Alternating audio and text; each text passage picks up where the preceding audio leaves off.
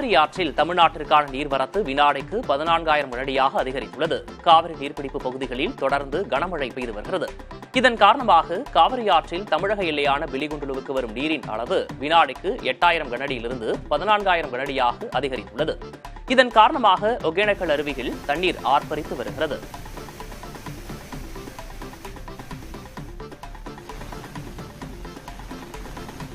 வேலூர் மாவட்டம் பேரணாம்பட்டு கொற்றாற்றில் மழையின் காரணமாக நீர்வரத்து அதிகரித்துள்ளதால் ஆற்றில் இறங்க வேண்டாம் என மாவட்ட ஆட்சியர் எச்சரித்துள்ளார். பத்தலப்பள்ளி ஊராட்சி சின்ன ஆறு பகுதியிலும், எருகாட்டுப்பட்டு ஊராட்சி கோட்டையூர் பெரிய கடவாய் பகுதியிலும், சாத்கர் ஊராட்சி கொட்டாற்றிலும் நீர்வரத்து அதிகரித்துள்ளதாக மாவட்ட ஆட்சியர் தெரிவித்துள்ளார். எனவே கொட்டாற்றை கடக்கவோ அதில் இறங்கவோ கூடாது எனவும் குழந்தைகளை நீர்நிலைகளுக்கு அனுப்ப வேண்டாம் எனவும் அவர் அறிவுறுத்தியுள்ளார்.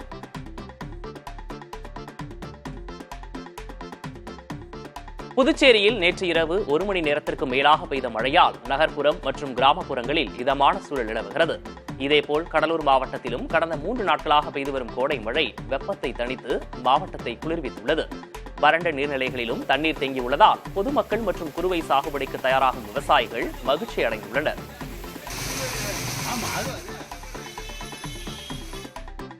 திண்டுக்கல் மாவட்டம் ஒட்டன்சத்திரம் காய்கறி மார்க்கெட்டில் வெண்டைக்காய் விலை கடுமையாக சரிந்துள்ளது. கடந்த ஒரு வாரமாகவே வரத்து அதிகரித்துள்ளதால் விலை நாளுக்கு நாள் குறைந்து வருவதாக விவசாயிகள் கவலை தெரிவித்துள்ளனர். காய்கறி சந்தையில் வெண்டைக்காய் கிலோ 9 ரூபாய் முதல் 13 ரூபாய் வரை விற்கப்படுகிறது.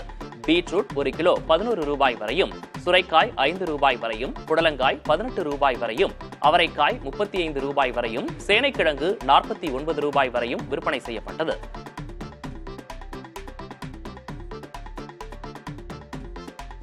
சேலம் மாவட்டத்தில் மாடு மேய்க்கச் சென்ற மூதாட்டியின் காது, மூக்கை அறுத்து கொலை செய்து நகைகள் கொள்ளையடிக்கப்பட்ட சம்பவம் அதிர்ச்சியை ஏற்படுத்தியுள்ளது. ஓமலூர் அருகே மாடு மேய்க்கச் சென்ற 60 வயது மூதாட்டி சரஸ்வதி வனப்பகுதியில் சடலமாக கண்டெடுக்கப்பட்டார். அவரது காதுகள், மூக்கு அறுக்கப்பட்டு மூக்குத்தி, தோடு என 2 சவரன் தங்க நகைகள் கொள்ளையடிக்கப்பட்டிருந்தன. அவர் கழுத்தில் அணிந்திருந்த கவரிங் செயினும் கொள்ளையடிக்கப்பட்டுள்ளது. இந்த கொடூர கொலை சம்பவம் அப்பகுதி மக்களிடையே பெரும் அச்சத்தை ஏற்படுத்தியுள்ளது. இது தொடர்பாக தீவட்டிப்பட்டி காவல்துறையினர் வழக்கு பதிவு செய்து விசாரணை மேற்கொண்டு வருகின்றனர். கல்வி உதவித்தொகை வந்திருப்பதாக கூறி பள்ளி மாணவர்களின் பெற்றோர்களை குறிவைத்து ஆன்லைன் மோசடியில் ஈடுபட்ட வடமாநில இளைஞரை தமிழக காவல்துறையினர் கைது செய்தனர். திண்டுக்கல் அருகே தம்பித்தோட்டத்தில் 11ஆம் வகுப்பு மாணவருக்கு ஸ்காலர்ஷிப் வந்திருப்பதாக கூறி மாணவரின் தந்தையிடமிருந்து 40,000 ரூபாயை மர்ம நபர் ஜிபே மூலம் மோசடி செய்தார். இதுகுறித்து மாணவனின் தந்தை அளித்த புகாரின் பேரில் திண்டுக்கல் மாவட்ட சைபர் கிரைம் காவல்துறையினர் விசாரணை நடத்தினர். இந்த நிலையில் நூதன மோசடியில் ஈடுபட்ட ஆசிஸ் கனோஜியா என்ற நபரை திண்டுக்கல் காவல்துறையினர் டெல்லியில் வைத்து கைது செய்தனர். விசாரணையில் ஆசிஸ் கனோஜியா மீது தஞ்சாவூர், வேலூர், திண்டுக்கல் என பல்வேறு மாவட்டங்களிலும் சைபர் கிரைம் வழக்குகள் உள்ளதும் தெரியவந்திருக்கிறது. அசோகா பல்கலைக்கழக பேராசிரியர் மஹ்பூதாபாத் கைது செய்யப்பட்டதற்கு கல்வியாளர்கள் கடும் கண்டனம் தெரிவித்துள்ளனர். இந்த கைது நடவடிக்கை இந்திய ஜனநாயகத்தின் மீது நடத்தப்பட்ட நேரடி தாக்குதல் என விமர்சித்துள்ள அவர்கள் மஹ்பூதாபாத்தை விரைந்து விடுவிக்க வேண்டும் என வலியுறுத்தியுள்ளனர். இதுகுறித்து டெல்லியில் செய்தியாளர்களிடம் பேசிய முன்னாள் பேராசிரியர் லக்ஷ்மண் யாதவ் இஸ்லாமியர்களுக்கு எதிராக போக்கு அதிகரித்து வருவதாக குற்றம் சாட்டியுள்ளதோடு தனக்கு இஸ்லாமிய பெயர் இருந்திருந்தால் தன்னையும் கைது செய்திருப்பார்கள் என கூறினார்.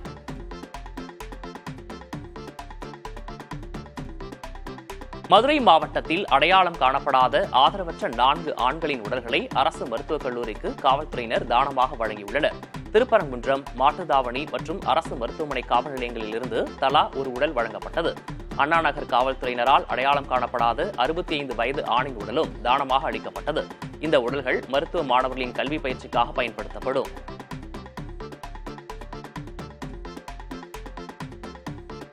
சென்னையில் வேலை பார்க்கும் வீட்டில் 60 சவரன் நகைகளை கொள்ளையடித்த தம்பதியை லக்னோவில் காவல்துறையினர் கைது செய்துள்ளனர். குட்டிவாக்கத்தில் ஓய்வு பெற்ற மென்பொருள் நிறுவன ஊழியர் மகேஷ்குமார் வீட்டில் 60 சவரன் தங்க நகைகள் கொள்ளையடிக்கப்பட்டன. வீட்டு காவலாளியாக வேலைக்கு சேர்ந்த நேபாளத்தைச் சேர்ந்த ரமேஷ் மற்றும் அவரது மனைவி வினிதா ஆகியோர் இந்த கொள்ளை சம்பவத்தில் ஈடுபட்டது தெரியவந்தது. அவர்களை காவல்துறையினர் தீவிரமாக தேடி வந்த நிலையில் லக்னோவில் வைத்து காவல்துறையினர் கைது செய்து சென்னை அழைத்து வந்து சிறையில் அடைத்தனர். 60 சவரன் நகைகளும் பறிமுதல் செய்யப்பட்டன. கள்ளக்குறிச்சி மாவட்டத்தில் குழந்தைகளை கொலை செய்த தந்தை 10 ஆண்டுகளுக்கு பிறகு கைது செய்யப்பட்டுள்ளார். உளுந்தூர்பேட்டை அருகே கடந்த 2014ஆம் ஆண்டு குடும்ப தகராறு காரணமாக ஏர்உழவன் என்பவர் தனது 3 குழந்தைகளை கிணற்றில் வீசியுள்ளார். அதில் 2 குழந்தைகள் உயிரிழந்த நிலையில் ஒரு சிறுவன் மட்டும் உயிர் பிழைத்துள்ளார். இந்த சம்பவம் தொடர்பாக ஏர்உழவனை காவல்துறையினர் தேடி வந்த நிலையில் சென்னையில் அவர் கைது செய்யப்பட்டுள்ளார். சேலம் தலைவாசல் அருகே உள்ள காமநாத ஈஸ்வரர் கோயிலில் 45 லட்சம் ரூபாய் மதிப்பீட்டில் புதிதாக கட்டப்பட்ட பக்தர்கள் காத்திருப்பு கூடத்தை அதிமுக பொதுச் செயலாளர் எடப்பாடி பழனிசாமி திறந்து வைத்தார். ஆரகலூர் ஊராட்சியில் 1000 ஆண்டுகள் பழமையான காமநாத ஈஸ்வரர் கோயில் அமைந்துள்ளது. இந்த கோயில் வளாகத்தில் கங்கவள்ளி சட்டமன்ற உறுப்பினர் குடி மேம்பாட்டு நிதியிலிருந்து 45 லட்சம் ரூபாய் மதிப்பீட்டில் கட்டி முடிக்கப்பட்ட பக்தர்கள் காத்திருப்பு கூடத்தை எடப்பாடி பழனிசாமி திறந்து வைத்தார். தொடர்ந்து பயணியர் நிழற்கூடம், நியாய விலைக்கடை உள்ளிட்டவற்றையும் அவர் திறந்து வைத்தார். பின்னர் காலபைரவருக்கு 26 லட்சம் ரூபாய் மதிப்பிலான 18.5 கிலோ எடையுள்ள வெள்ளி கவசத்தை வழங்கிய அவர் அஷ்டமி தின சிறப்பு பூஜையிலும் அவர் பங்கேற்றார்.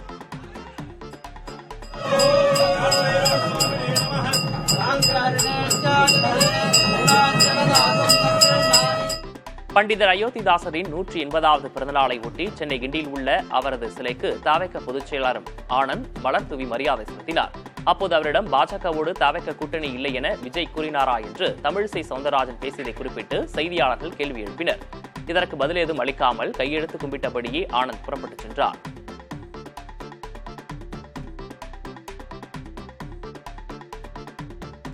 திருவள்ளூர் மாவட்டம் செங்குன்றத்தில் கஞ்சா கடத்திய 2 கைது செய்யப்பட்டனர். செங்குன்றம் மொண்டியம்மன் நகர் சோதனைச் சாவடி அருகே பேருந்து ஒன்றில் தனிப்படை காவல்துறையினர் சோதனை செய்தனர். அப்போது 2 இளைஞர்கள் வைத்திருந்த பையில் 20 கிலோ கஞ்சா இருப்பது தெரியவந்தது. இருவரிடமும் விசாரித்ததில் அவர்கள் புதுச்சேரி மாநிலம் காரைக்காலைச் சேர்ந்த மாதேஷ், ராகுல் சுக்லா என்பதும் ஆந்திராவிலிருந்து புதுச்சேரிக்கு கஞ்சா கடத்தி செல்வதும் தெரியவந்தது.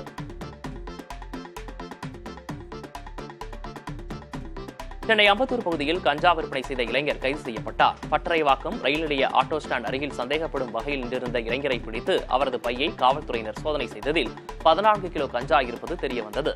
இதையடுத்து இளைஞரிடம் விசாரித்ததில் அவர் மேடவாக்கம் கூட்டுரோடு பகுதியைச் சேர்ந்த ஷாகுல் ஹமீத் என்பதும் ஒடிசாவிலிருந்து கஞ்சாவை கடத்தி கொரட்டூர், அம்பத்தூர் எஸ்டேட் உள்ளிட்ட பகுதிகளில் விற்பனை செய்து வந்ததும் தெரியவந்தது.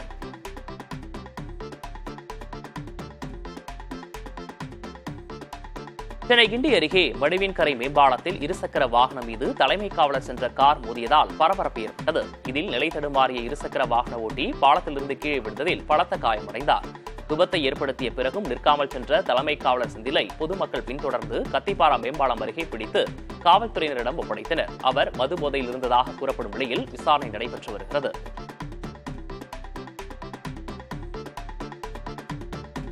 சென்னை அருகே அம்பத்தூரில் ஏரியில் மூழ்கி இளைஞர் உயிரிழந்தார். அம்பத்தூர் கள்ளிக்குப்பம் பகுதியைச் சேர்ந்தவர் கார்த்திக் முருகம்பேடு பகுதியை ஒட்டியுள்ள புழல் ஏரி கரைக்கு செல்வதாக வீட்டில் கூறிவிட்டு சென்றவர் பின்னர் வீடு திரும்பவில்லை. இந்நிலையில் கார்த்திக் உடல் புழல் ஏரி பகுதியில் கரை ஒதுங்கியது. இதையடுத்து கார்த்திக் உடலை அம்பத்தூர் காவல்துறையினர் கைப்பற்றி விசாரணை மேற்கொண்டு வருகின்றனர்.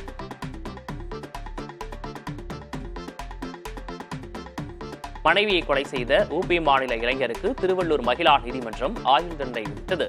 உத்தரப்பிரதேச மாநிலத்தைச் சேர்ந்த ஹரிஷ் என்பவர் அம்பத்தூரில் மனைவி ரஜியாவுடன் வசித்து வந்தார். கடந்த 2022ஆம் ஆண்டு குடும்ப தகராறின் போது ஹரிஷ் கட்டையால் தாக்கியதில் ரஜியா உயிரிழந்தார். இதைத் தொடர்ந்து ஹரிஷை அம்பத்தூர் காவல்துறையினர் கைது செய்தனர். இந்த வழக்கை விசாரித்த மாவட்ட மகிழா நீதிமன்றம் ஹரிஷுக்கு ஆயுள் தண்டனை விதித்து உத்தரவிட்டது. நாகை மாவட்டம் வேதாரண்யம் அருகே சட்டவிரோதமாக வீட்டுத் தோட்டத்தில் கஞ்சா செடி வளர்த்த விவசாயி கைதானார். வேட்டைக்காரன் இருப்பு சல்லிக்குளம் பகுதியில் ராஜ்குமார் என்பவர் கஞ்சா செடி வளர்ப்பதாக கிடைத்த தகவலின் பேரில் அவரது வீட்டுத் தோட்டத்தில் காவல்துறையினர் திடீர் சோதனை நடத்தினர். அப்போது மாஞ்செடிகளுக்கு இடையே கஞ்சா செடியை வளர்த்திருப்பதைக் கண்டு அதனை பறிமுதல் செய்ததுடன் கஞ்சா செடி வளர்த்த விவசாயி ராஜ்குமாரையும் கைது செய்தனர்.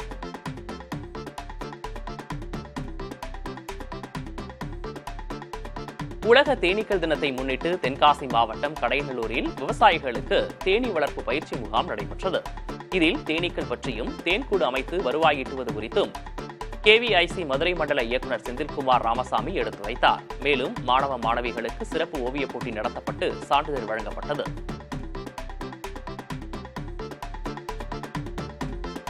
திருவனந்தபுரம் ரயில்வே கோட்டத்தில் மே 24 மற்றும் ஜூன் 9, 10, 11 ஆகிய தேதிகளில் பராமரிப்பு பணிகள் நடைபெறுவதால் சில ரயில்களின் நேர அட்டவணை மாற்றப்பட்டுள்ளதாக தெற்கு ரயில்வே அறிவித்துள்ளது. இதன்படி சென்னை எழும்பூரிலிருந்து குருவாயூர் வரை செல்லும் குருவாயூர் விரைவு ரயில் மே 24ஆம் தேதி சாலக்குடி வரையே செல்லும். ஹவுரா கன்னியாகுமரி சூப்பர் ஃபாஸ்ட் ரயில் ஜூன் 9ஆம் தேதி வள்ளியூர் வரை மட்டுமே செல்லும். தாம்பரம் நாகர்கோவில் அந்தியோதயா விரைவு ரயில் ஜூன் 10ஆம் தேதி திருநெல்வேலி வரை மட்டுமே செல்லும். திருச்சியிலிருந்து திருவனந்தபுரம் செல்லும் சூப்பர் ஃபாஸ்ட் ரயில் ஜூன் 11ஆம் தேதி திருநெல்வேலி வரை மட்டுமே செல்லும். நாகர்கோவில் தாம்பரம் அந்தியோதயா விரைவு ரயில் ஜூன் 11ஆம் தேதி திருநெல்வேலியிலிருந்து மாலை 5:10 மணிக்கு புறப்படும். நாகர்கோவில் கோயம்புத்தூர் விரைவு ரயில் ஜூலை 11ஆம் தேதி வள்ளியூரிலிருந்து காலை 8:26க்கு புறப்படும். திருச்சி திருவனந்தபுரம் சூப்பர் ஃபாஸ்ட் ரயில் ஜூன் 11ஆம் தேதி திருநெல்வேலியிலிருந்து பிற்பகல் 2:25 மணிக்கு புறப்படும். ஏற்கனவே முன்பதிவு செய்த பயணிகளுக்கு நேரம் மற்றும் இடமாற்றம் குறித்து குறுஞ்செய்தி அனுப்பப்படும் எனவும் தெற்கு ரயில்வே தெரிவித்துள்ளது. செங்கல்பட்டு அருகே சுங்கச்சாவடியில் ஓட்டுநர் இறங்கிய நேரத்தில் லாரியை கடத்திச் சென்ற நபரை திரைப்பட பாணியில் 15 கிலோமீட்டர் தூரத்திற்கு விரட்டிச் சென்று காவல்துறையினர் பிடித்த பரபரப்பு சம்பவம் நடந்துள்ளது. பிடிப்பட்ட நபருக்கு மனநிலை பாதிக்கப்பட்டுள்ளதாக காவல்துறையினர் தெரிவிக்கிறார்கள்.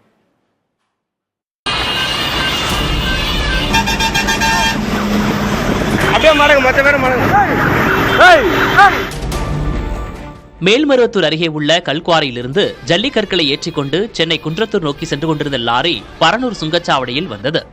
லாரியின் ஃபாஸ்டாக் கணக்கில் பணம் இல்லாததால் லாரி ஓட்டுநர் கமலக்கண்ணன் ஓரம் கட்டினார். ஃபாஸ்டாகில் பணம் ரீசார்ஜ் செய்ய இறங்கிய நேரத்தில் அங்கிருந்த ஒருவர் லாரியை வேகமாக எடுத்துக்கொண்டு ஓட்டிச் சென்றார்.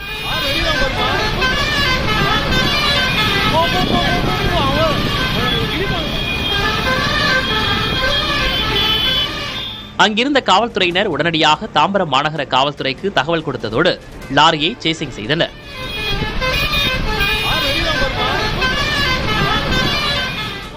மகேந்திர சிட்டி அருகே இருந்த தாம்பரம் மாநகர காவல்துறையினர் லாரியை மடக்கி பிடிக்க முயன்றனர். அங்கும் நிற்காமல் வேகமாக லாரியை அந்த நபர் ஓட்டிச் சென்றார்.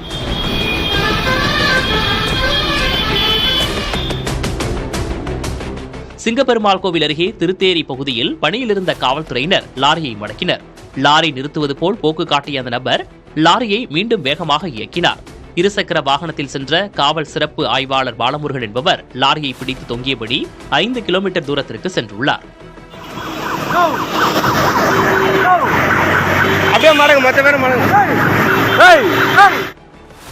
ஆனாலும் அந்த நபர் லாரியை நிறுத்தாத நிலையில் லாரி வேகம் குறைத்தபோது அதிலிருந்து அவர் கீழே குதித்தார்.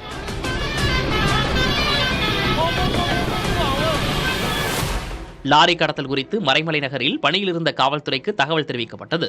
ஒரு வழியாக மறைமலை நகர் ரயில் நிலையம் அருகே லாரியை அந்த நபர் தடுப்பு மீது மோதி நிறுத்திவிட்டு தப்பிச் செல்ல முயன்றபோது காவல்துறையினர் சுற்றி வளைத்து கைது செய்தனர். இதற்காக சுமார் 15 கிலோமீட்டர் தூரத்திற்கு சினிமா பாணியில் காவல்துறையினர் துரத்திச் சென்றுள்ளனர்.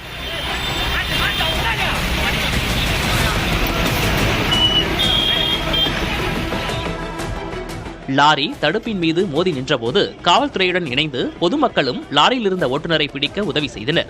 காவல்துறையினர் நடத்திய விசாரணையில் லாரியை கடத்திய நபர் பாளையங்கோட்டையைச் சேர்ந்த சுபாஷ் என்பது தெரியவந்தது.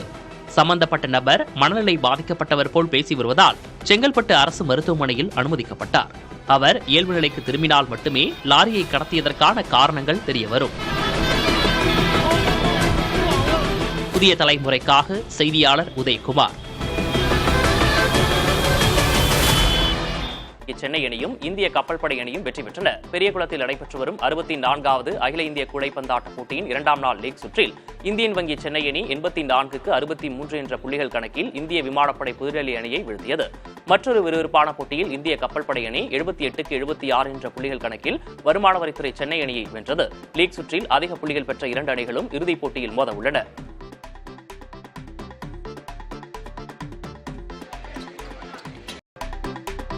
திருவாரூர் மாவட்டத்தில் மது அருந்தியவர்களை தட்டிக்கட்ட நபர் மீது தாக்குதல் நடத்தப்பட்ட சம்பவம் அதிர்ச்சியை ஏற்படுத்தியிருக்கிறது. கொரடாச்சேரி அருகே உள்ள அரசு பள்ளி அருகில் மது அருந்திய மூவரை அதே பகுதியைச் சேர்ந்த மகேந்திரன் என்பவர் கண்டித்து விரட்டியுள்ளார். இதனால் ஆத்திரமடைந்த மூவரும் மகேந்திரன் தனியாக சென்றபோது அவரை வழிமுறித்து கடுமையாக தாக்கியுள்ளனர். படுகாயமடைந்த மகேந்திரன் திருவாரூர் அரசு மருத்துவமனையில் சிகிச்சை பெற்று வருகிறார். புகாரின் பேரில் ஒருவரை கைது செய்த காவல்துறையினர் மற்ற இருவரை தேடி வருகின்றனர். பெரம்பலூர் மாவட்டத்தில் கோயில் விழாவில் பக்தர்கள் முள்படுக்கையில் படுத்து நேர்த்திக்கடன் செலுத்தினர். ஆலத்தூர் தாலுகா நாட்டார்மங்கலம் கிராமத்தில் 8 ஆண்டுகளுக்கு பிறகு செல்லியம்மன் கோயில் திருவிழா நடைபெற்றது. இதில் முக்கிய நிகழ்வான முள்படுகளம் நிகழ்ச்சி கோலாகலமாக நடைபெற்றது. முத்து பல்லக்கில் அம்மன் வீதி உலா வந்த பின்னர் 200க்கும் மேற்பட்ட பக்தர்கள் முள்படுகையில் படுத்து தங்கள் நேர்த்திக் கடனை செலுத்தினர். ஆயிரக்கணக்கான பக்தர்கள் பங்கேற்று அம்மனை வழிபட்டனர்.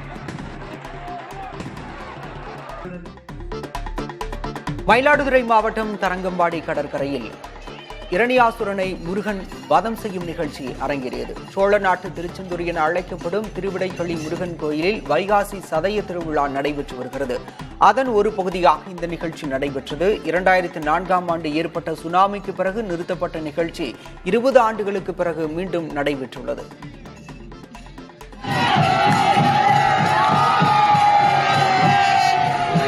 வருடங்களுக்கு பிறகு நமக்கு